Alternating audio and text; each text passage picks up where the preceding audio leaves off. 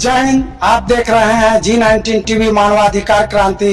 मैं पत्रकार अमरीश कुमार सिंह। इस समय हम आ चुके हैं फतुहा विधानसभा क्षेत्र के अलावलपुर खेल मैदान में।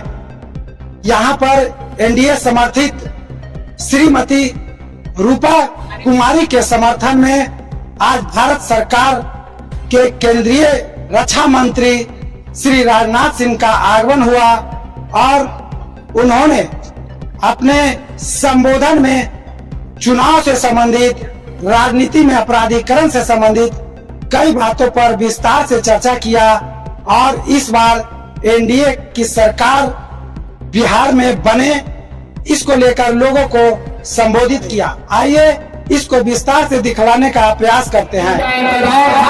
रक्षा मंत्री श्री राजनाथ सिंह जी मंच पर पधार आते हैं। सभी तालियों से उनका स्वागत करें। राजनाथ सिंह जिंदाबाद। और मैं सभी कार्यकर्ताओं से अनुरोध करूंगा कि माननीय जी को बैठने का समय दें ताकि उनका मान सम्मान हो सके।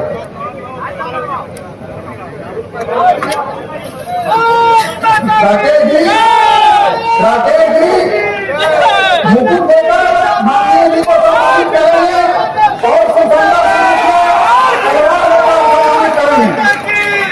उमेश माननीय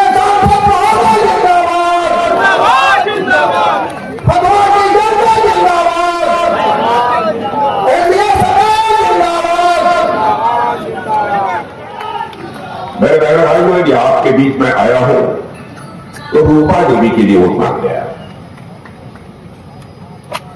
रूपा देवी को इसलिए वोट मांगने आया था, भले ही वो एलजेपीआर की कैंडिडेट क्यों है, यदि एनडीए की कैंडिडेट, क्योंकि इस बिहार राज्य में मुख्यमंत्री बनाने का सवाल जब खड़ा होगा उस समय जो हमारा एनडीए का मुख्यमंत्री का प्रत्याशी होगा नीतीश कुमार जी, उन्हीं को मुख्यमंत्री बनाने के लिए वो हाथ उठाएंगे, इसलिए मैं उनके लिए वोट मांगने आया। और आप सबको जानकारी है, जैसा रवि बाबू ने भी बताया, हमारा चुनावी घोषणा पत्र एनडीए का 31 जनवरी को जारी हो चुका है। और मैं कहना चाहूंगा मेरे बहनों भाइयों की कोई सामान्य चुनावी घोषणा पत्र नहीं है।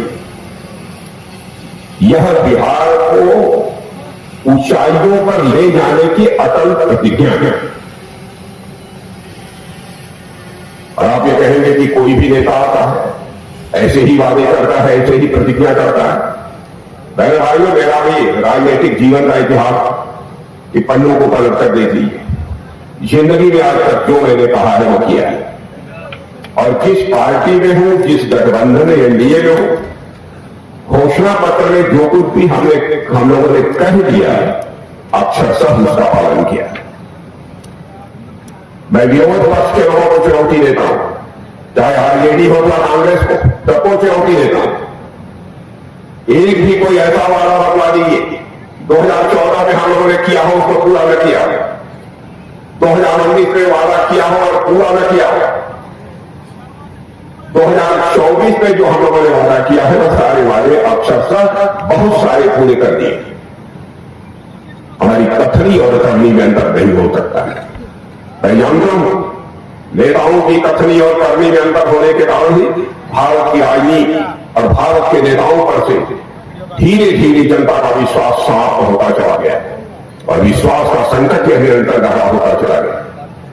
और बहनों भाइयों, भारत की राजनीति में नेताओं ने जो विश्वास का संकट पैदा किया था उसको चुनौती के रूप में यदि किसी ने स्वीकार किया है तो हमारी एनडीए ने स्वीकार किया है। बहनों भाइयों, जो हम कहेंगे वो करके दिखाएंगे। मैं केवल एक उदाहरण दूंगा। घोषणा पत्र में हम लोगों ने क्या क्या कहा है उसकी जानकारी हमारे पूर्व वक्ताओं ने आपको दी। एक उदाहरण मैं आपको दूंगा। 2014 में जब मोदी जी प्रधानमंत्री बने थे उस समय भी चुनावी घोषणा पत्र बना था और मैं ही पार्टी का राष्ट्रीय अध्यक्ष है। बराबर मोदी जी मुझसे कहते थे कि राजनाथ जी जरूर देख लीजिएगा, कहीं कोई ऐसी बात घोषणा पत्र में न आ जाए जिसे हम पूरा न करें। मैंने कहा मैं तो पूरी सावधानी करूंगा। 2019 का घोषणा पत्र बनने लगा, तभी उन्होंने कहा कि आप घोषणा पत्र देख लीजिए। 2024 में बनेगा। हम घोषणा पत्र आप देख लीजिए। बहनों भाइयों, हमारी विश्वसनीयता पर, हमारे कहने और करने में कोई अंतर नहीं होना चाहिए, इस हद तक जाकर हम लोग चिंता करते हैं। और उदाहरण यदि आप देखना चाहते हैं, हम लोगों ने कहा था 2014 में भारत को हम 2047 तक दुनिया का धनवान देश बनाएंगे, यानी विकसित भारत बनाएंगे। लेकिन जो कुछ भी 10-11 वर्षों के अंदर हुआ, उस विकास के पन्नों को पढ़कर आप देख लीजिए, जो भी हम लोगों ने कहा है उसको पूरा किया है और सही उसी दिशा में आगे बढ़ रहे हैं। आप ये कहेंगे कैसे आगे बढ़ रहे हैं? मैं आपको याद दिलाना चाहता हूं जो पढ़े लिखे लोग हैं कि 2014 में हमारा यह भारत अर्थव्यवस्था के आकार, यानी बोलचाल की भाषा में कहे कि धन दौलत के मामले में हमारा भारत दुनिया के देशों में 11वें स्थान पर 2014 में खड़ा था। बहनों भाइयों, आपको जानकर खुशी होगी, आज हमारा और आपका यह भारत जो 2014 में 11 साल पहले दुनिया के देशों में 11वें स्थान पर था, आज वह जंप लेकर दुनिया के देशों में 4थे स्थान पर आकर खड़ा हो गया। मैं सोचा इसको तो कोई नहीं कर सकता। और जानते हैं, दुनिया की, भारत की नहीं, दुनिया की फाइनेंशियल फर्म, जो वित्तीय संस्थाएं होती हैं, उन्होंने नाक तोड़कर इस बात को कहा है कि भारत जिस तेजी के साथ आगे बढ़ रहा है, ऐसे ही भारत यदि आगे बढ़ता रहा तो वह दिन दूर नहीं है कि आगामी 1 साल से लेकर 2 साल के अंदर यह भारत धन दौलत के मामले में दुनिया के देशों में 3रे स्थान पर आकर खड़ा हो जाएगा। क्या बहनों भाइयों, जो हम लोगों ने वादा किया था उस दिशा में हम तेजी के साथ आगे नहीं बढ़ रहे हैं? हम जो कहते हैं वह केवल चुनावी दस्तावेज नहीं होता है अपने घोषणा पत्र में। और इस बार भी ये घोषणा पत्र जारी हुआ है, वह बिहार के भविष्य की रूपरेखा है। मेरे बहनों भाइयों, बिहार की यात्रा का एक बोर्ड में घोषणा पत्र में क्या क्या कहा है, अब इसकी जानकारी मैं देने लगूंगा तो लंबा समय लग जाएगा, उस विस्तार में मैं नहीं जाना चाहता। लेकिन इतनी बात पक्की है, जो कहेंगे और करेंगे, चाहे उसके लिए जितनी भी कीमत चुकानी पड़े। अब आरजेडी कांग्रेस का भी गठबंधन है। कांग्रेस के भी 90 समय तक आपने सरकार देखी, कांग्रेस और आरजेडी की आपने यूपीए सरकार को भी काम करते हुए देखा है। बहनों भाइयों, भ्रष्टाचार के आरोप लग जाते, जेल की हवा खा लेते, जमानत पर होते, फिर भी वह बिहार राज्य का नेतृत्व करने का वादा करते हैं। हमारे यहां का चरित्र यह रहा है, एक बेबुनियाद और निराधार आरोप मां सीता के ऊपर लड़ा था, उससे मर्यादा पुरुषोत्तम भगवान राम ने इतना बड़ा त्याग किया था। भारत की परंपरा और यह गंभीर आरोप लगे हुए हमारे आडवाणी जी हुआ करते, हमारे नेता हैं। बहनों भाइयों, एक बार ऐसे ही संसद में किसी ने एक ऐसे ही बेबुनियाद निराधार आरोप उनके ऊपर लगा दिया। देखिए, भारतीय जनता पार्टी के नेता होना चाहिए, उन्होंने कहा आरोप तो आरोप ही होता है, मैं संसद की सदस्यता से त्याग कर देता हूं और तब तक मैं भारत की संसद की सदस्यता स्वीकार नहीं करूंगा जब तक कि मैं आरोप मुक्त नहीं हो जाऊंगा। यही चरित्र हो रहा है। मर्यादा पुरुषोत्तम भगवान राम ने अपने प्यारों प्राणों से प्यारी सीता को भी अग्नि परीक्षा से गुजरने को मजबूर कर दिया था। और यह नेता आज वोट मांग रहे हैं जेल में जाने के बाद, भ्रष्टाचार में गंभीर आरोप लगाने के बाद और सीना ठोक कर यह दावा करते हैं बिहार का विकास कोई कर सकता है तो वही कर सकते हैं। क्या क्या बातें मुख्यमंत्री होकर बोलते थे आरजेडी के नेता। जब तक समोसे में रहेगा आलू तब तक बिहार में रहेगा लालू। बहनों भाइयों क्या इससे दे बिहार प्रदेश का विकास हो? कहां ये लोग बिहार को ले जाना चाहते हैं?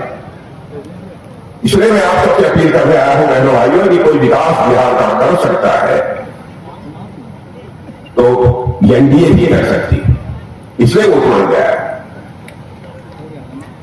जिनके ऊपर अपराध के बड़े बड़े गंभीर आरोप है, ठीक है, कहां छोटा मोटा कोई ऐसा ही अगर कोई आरोप हो तो बात समझ में आती। गंभीर आरोप है उनको भी आपने टिकट दे दिया। मुझे लगता है कि यदि इनकी सरकार भी बन जाएगी, वैसे बनेगी नहीं, यदि बन जाए तो एक अपराध मंत्रालय बनाएंगे और उसके कई विभाग होंगे। लूट का विभाग होगा, मर्डर का विभाग होगा, अपहरण का विभाग होगा, दंगा का विभाग होगा, डकैती का विभाग होगा, छिनैती के विभाग होंगे। ये लोग विकास करेंगे यहां का। हम लोग जहां भी सरकार में एनडीए की बनाते हैं तो हम लोग कहते हैं आइए हमारी एनडीए की यहां सरकार वहां देखिए कितना विकास हुआ। और बिहार में भी हम कहेंगे रहने वालियों आइए नहीं एनडीए के बिहार में, हमारा विकसित बिहार में। और ये क्या कहेंगे? ये कहेंगे आइए ना हमारा बिहार में, ठोक देंगे कट्टा कपार है।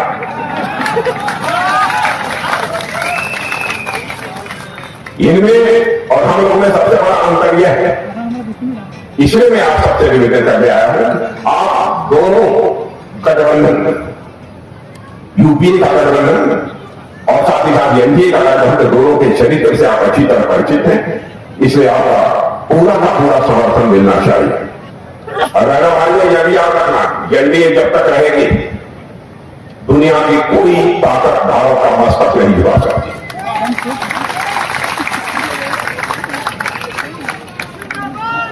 और आपने देखा अभी हमारे रवि बाबू आपको याद दिला रहे थे, मैं तो नहीं बोलने वाला था लेकिन रवि बाबू ने याद दिला दिया, इसलिए मैं बोल रहा हूं।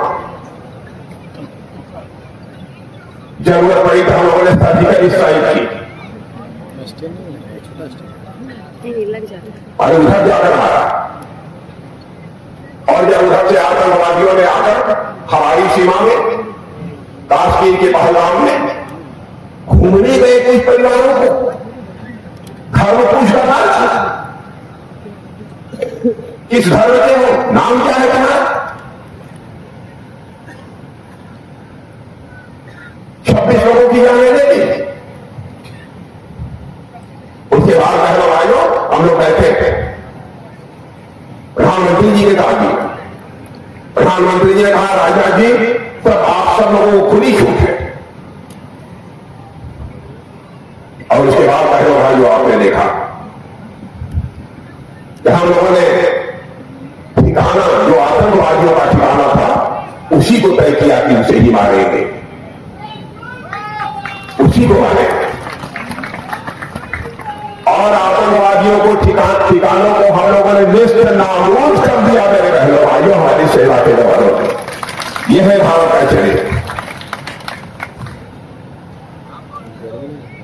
इतने मारे थे 26, उनका कितना होगा वो तो भगवान ही जानता है। मैं खुलकर उसको यहां चर्चा नहीं करना चाहता हूं। इसे कहा जाता है छठी क्या कि दूध याद आ जाएगी, वो हालत हो गई होगी।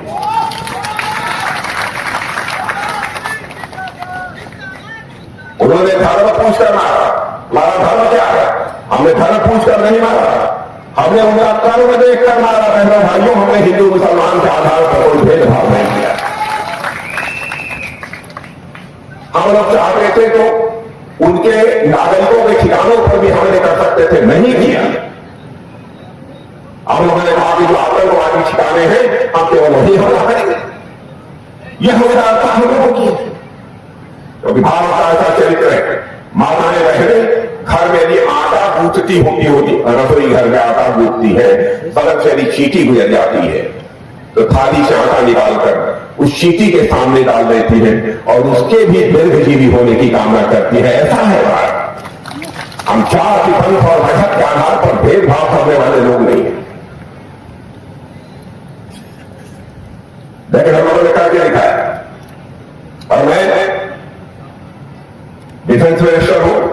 चुनावी घोषणा पत्र में यूपी चर्चा हुई है। बहनों भाइयों, जैसे उत्तर प्रदेश में डिफेंस कॉरिडोर है, तमिलनाडु में डिफेंस कॉरिडोर है, यहां पर भी डिफेंस कॉरिडोर बिहार में बनेगा। डिफेंस कॉरिडोर बिहार में बनेगा।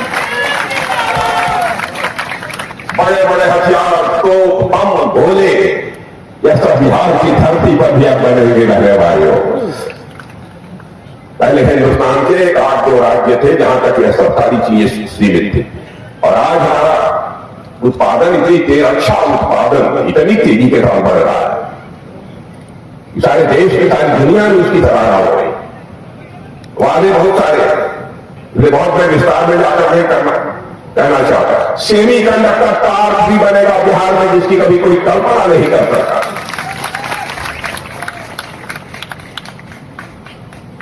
इसलिए मैं आप सबसे निवेदन कर रहा हूं मेरे बहने भाइयों, रूपा जी को ठीक ठाक वोटों से जिता दीजिए। जिता देंगे कि नहीं जिताएंगे? पक्का? अरे जिता देंगे तो एक बार हाथ उठाकर तालियां बजाकर एक बार बता दीजिए जिता देंगे। देखिए इधर नौजवानों को ये बात है पहले। अगर ये बताओ यहां पर जो बात खड़ी है, नीतीश जी ने जो 10,000 रुपया एनडीए सरकार ने जो भेजा, 10,000 मिला है कि नहीं? मैं बताओ बहनों को, मिला है कि नहीं 10,000?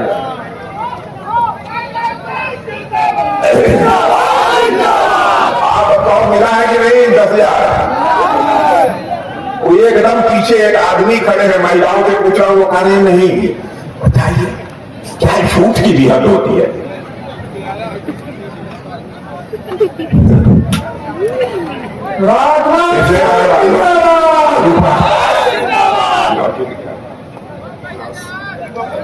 अरे राम राम, इनका चुनाव से हेलीकॉप्टर है, जिस हेलीकॉप्टर से मैं आया हूं वही हेलीकॉप्टर है।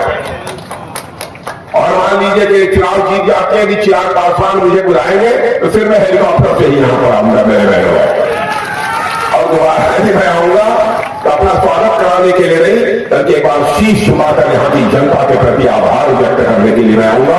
इन्हीं शब्दों के साथ आप सबको बहुत बहुत